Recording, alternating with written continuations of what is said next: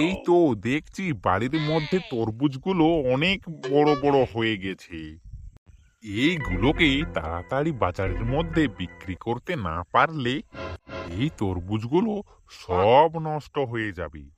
তার চেয়ে আজ থেকে এই তরমুজগুলোকে বিক্রি করা দেখছি শুরু করে দিতে হবে। তা নয় তো আমার যা কিছু খরচা করেছি এই তরমুজের খেতে সব টাকা মাটিতে মিশে যাবে। এখন তরমুজের দামও মোটামুটি ঠিকঠাকই আছে। বেশ ভালো রকমই টাকা ইনকাম হবে দেখছি এই তরমুজগুলোকে বিক্রি করলে। আর বেশি দেরি না করে এই তরমুজগুলোকে বিক্রি করতে নিয়ে যাব বাজারের দিকে। তারপর দেখি কি রকম টাকা কড়ি রোজগার হয়। আর বেশি দেরি করব না, এবার যাব বাড়ির দিকে। বাড়ি থেকে একটা বাঁশের ঝুড়ি এনে এই তরমুজগুলোকে ঢুকিয়ে নিয়ে বাজারের দিকে যেতে হবে তো আমায় এই তরমুজগুলো বিক্রি করার জন্য।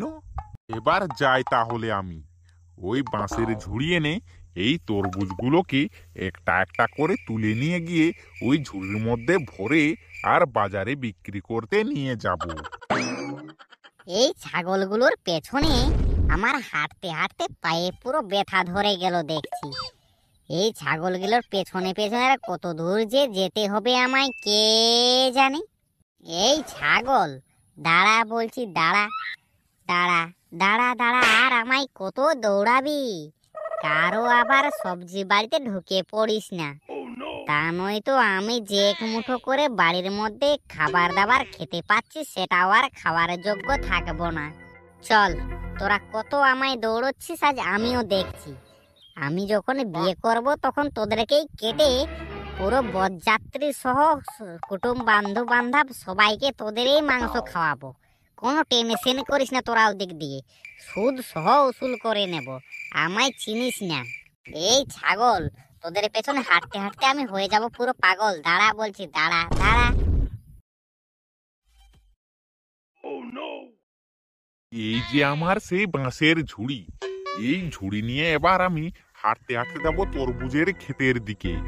এক ঝুড়ি তরমুজ এনে বাজারের দিকে যেতে হবে আমায় বিক্রি করার জন্য। বাবা, কোথায় যাবে তুমি এখন ওই মস্ত বড় একটা বাঁশের ঝুড়ি নিয়ে? কোথায় আর যাব, আমি যাচ্ছি তরমুজের ক্ষেতের দিকে।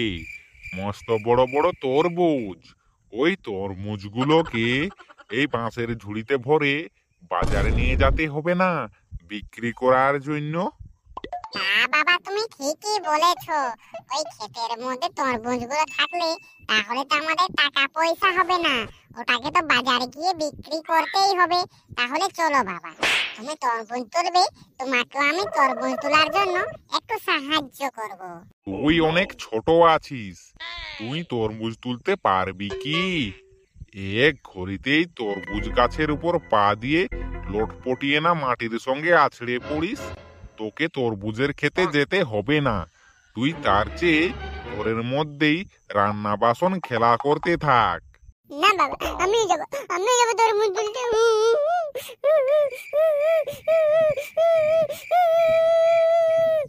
আরে আমার সোনা মেয়ে, কাঁদিস না কাঁদিস না, চল আর রাগ করে থাকিস না, চল এবার ওই তরমুজের ক্ষেতের দিকে চল, বুঝলি? আর বেশি কান্নাকাটি করতে তোকে হবে না। কি মজা কি মজা, আমি এবার যাব তরমুজের ক্ষেতের দিকে। কি মজা কি মজা, তরমুজ তোলার জন্য বাবার সঙ্গে। কি মজা কি মজা কি মজা। হ্যাঁ হ্যাঁ ঠিক আছে, চল চল চল। আহা, চলো বাবা, আমি তোমার পিছনে পিছনে যাব, তুমি এগিয়ে এগিয়ে চলো। হ্যাঁ হ্যাঁ ঠিক আছে, আয় আয় আয়, তোকে আর বেশি নাটকবাজি করতে হবে না। আহা, যাচ্ছি। এইদিকে শোন, অনেকদিন হয়ে গেছে তরমুজ খাইনি। চল এবার আমরা তরমুজ কিনতে যাবো। চল তো দেখি বাজারের দিকে। কিন্তু আমার কাছে তো কোনো টাকা কড়ি নেই, কি করি? আমার মুখটা দেখে তো আর ওই তরমুজওয়ালা আমায় তরমুজ দেবে না, তার জন্য টাকা লাগে টাকা।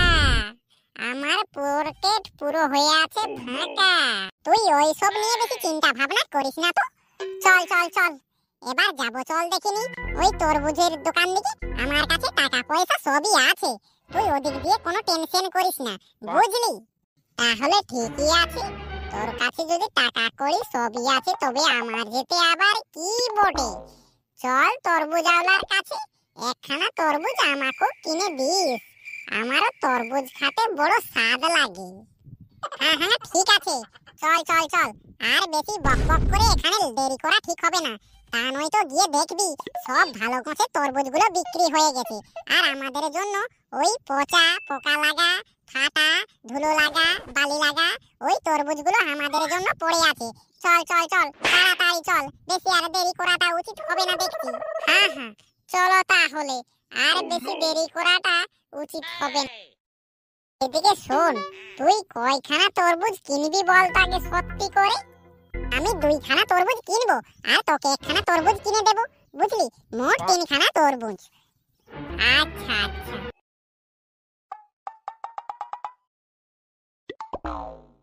তরমুজগুলো বেশ ভালো দামেই বিক্রি হলো। 50খানা তরমুজ পুরো পাইকারি রেটে বিক্রি করে দিলাম। বড় গাছের তরমুজগুলো ছিল 15 টাকা কিলো হিসাবে বিক্রি হয়ে গেল। উহ বাবারি, 1 কুইন্টাল তরমুজ বিক্রি করলাম আমি, 15 টাকা পয়সা হলো আমার। আর এই ছোট গাছের তরমুজগুলো আছে, এইগুলো দেখি কে আবার কিনতে আসে। তাছাড়া এই বছর তরমুজের দাম যে হারে আছে, এই হারে অন্য বছর থাকে না, অনেক কম ঝম করে বিক্রি করতে হয়। এই বছর তরমুজের দাম বেশ ভালোই আছে দেখছি। এই তো এইখানে একটা তরমুজওয়ালা তরমুজ বিক্রি করছে, চল গিয়ে একে জিজ্ঞাসা করি কি রকম দরদাম আছে।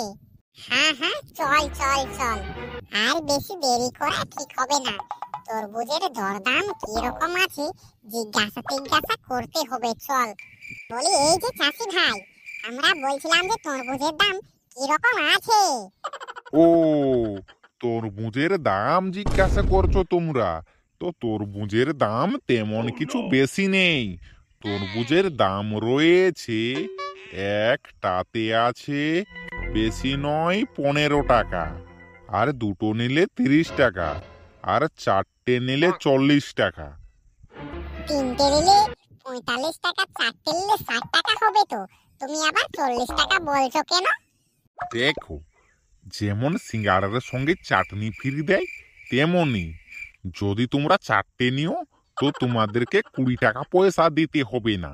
4টে নিলে 40 টাকা, কিন্তু একটা নিলে 15 টাকা, দুটো নিলে 30 টাকা, আর 3টে নিলে নিয়ে নেবো 40 টাকা, আর 4টে নিলেও 40 টাকা। তাহলে আমরা 4টে তরমুজই নেব, 3টে নিয়ে আবার নিজেদের লোকসান করব নাকি? হ্যাঁ, তার চেয়ে আমরা 4টে তরমুজ উঠিয়ে নিচ্ছি, আর এই যে তোমার টাকাটা ধরো, এই যে ধরো তোমার 40 টাকা পয়সা, আর এবার নিয়ে আমরা তাহলে তরমুজ। আহা, নিয়ে নাও নিয়ে নাও। এদিকে শোনো, বেছে বেছে বড় গাছের তরমুজগুলো নিও, বুঝলে? ওইগুলো টকটকে লাল রঙের পাকা পাকা তরমুজ হবে, বুঝলি তো? হ্যাঁ হ্যাঁ ঠিক আছে, তুই আমাকে শেখাতে আসিস না তো, তুই চুপ করে দাঁড়িয়ে থাক। 1 2 3, আর এইটা নেব না, এই 4টা নেব, এই 4টা তরমুজ নিয়ে করে আমরা চলে যাচ্ছি। আহা, ঠিক আছে, তোমরা যেতে পারো। এই চল চল চল, হয়ে গেছে আমাদের তরমুজ কেনা। হ্যাঁ হ্যাঁ চল তাহলে।